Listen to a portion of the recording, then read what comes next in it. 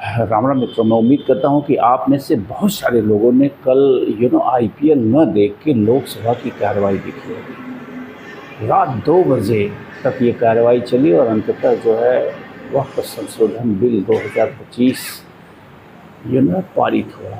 बड़े छोटे से अंतर से आप कह सकते हैं 288 मत पक्ष में पड़े और 232 मत विपक्ष में।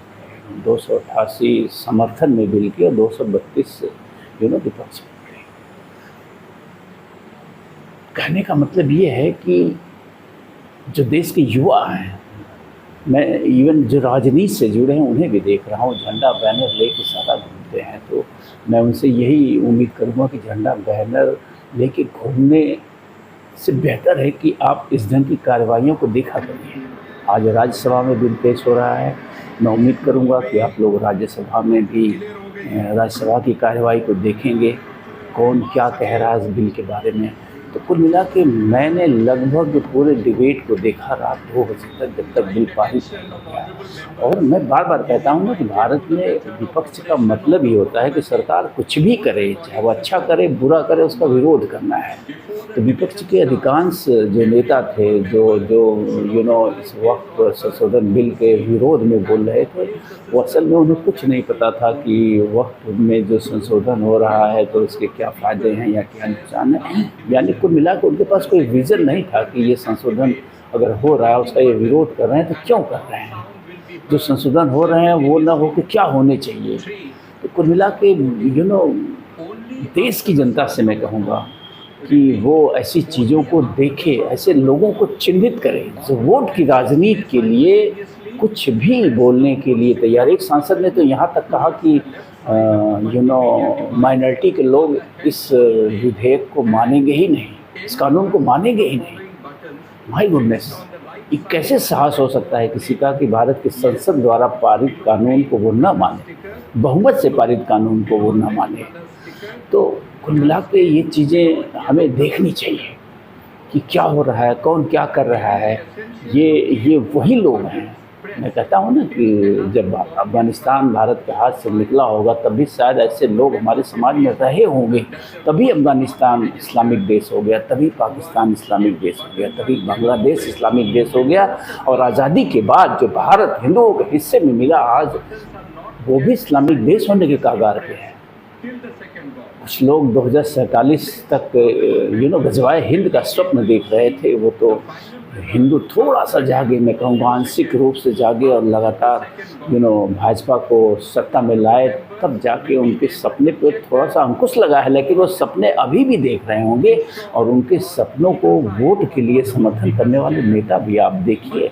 इसीलिए मैं कह रहा हूँ कि लोकसभा की कार्रवाई को आपको देखना चाहिए था। जिसने नहीं देखा, मैं कहूँगा कि वो जागरूक नहीं है देश को लेके।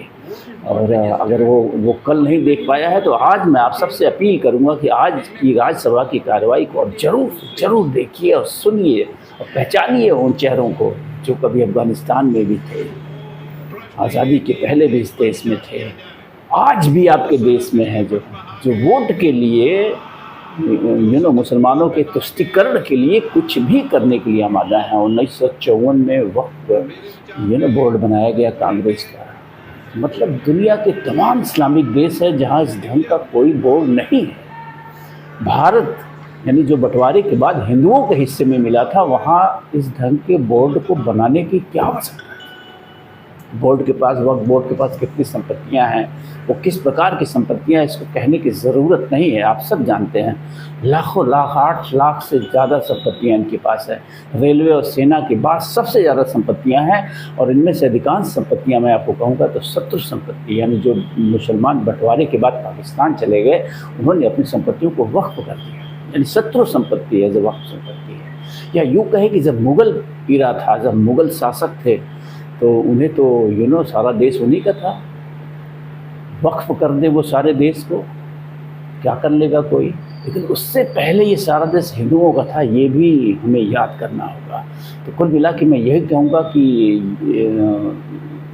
देर आए दुरुस्त आए। वक्फ जैसी संस्था इस देश में होनी ही नहीं चाहिए। मैं तो कहूँगा मेरा बस चले तो मैं डिलीट कर दूँ, इरेज कर दूँ, वक्फ बोर्ड रहे ही ना इस देश में। लेकिन जो भी है अच्छा संशोधन किया गया है। वक्फ बोर्ड जो निरंकुश जो भ्रष्टाचार और तमाम चीज़ों का केंद्र बन गया था, उस पर अंकुश ज़रूर लगेगा।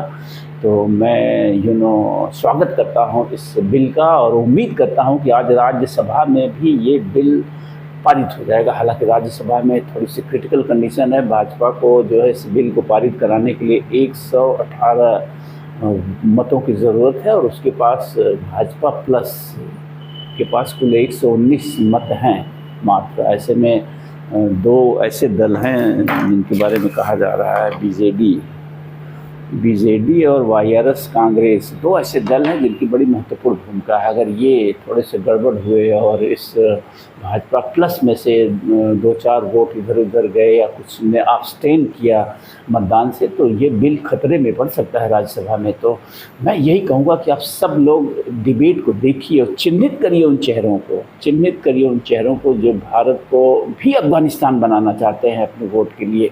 उन्हें फ्यूचर नहीं दिख रहा है, उन्हें अपने खुद के बच्चों का फ्यूचर भी नहीं दिख रहा है। वो राजनीति में इतने अंधे हो चुके हैं कि अपनी आने वाली पीढ़ियों का फ्यूचर भी नहीं देख पा रहे हैं।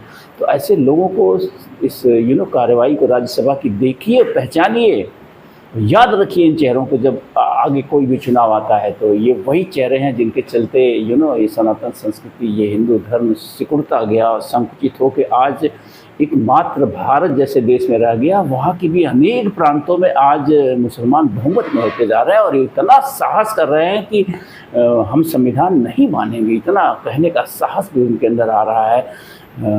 2047 तक गजवाए हिंद का साहस उनके अंदर है। तो ये इन चेहरों के चलते ही है, इन पार्टियों के चलते ही है जो राजनीति के लिए कुछ भी करने के लिए आमादा है। तो ऐसे चेहरों को पहचानिए, याद रखिए।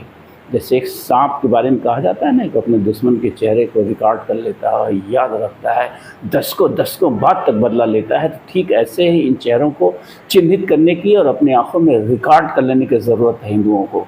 और जब चुनाव आए तो इन्हें सबक सिखाने की ज़रूरत है। मेरी बस यही अपील रहेगी।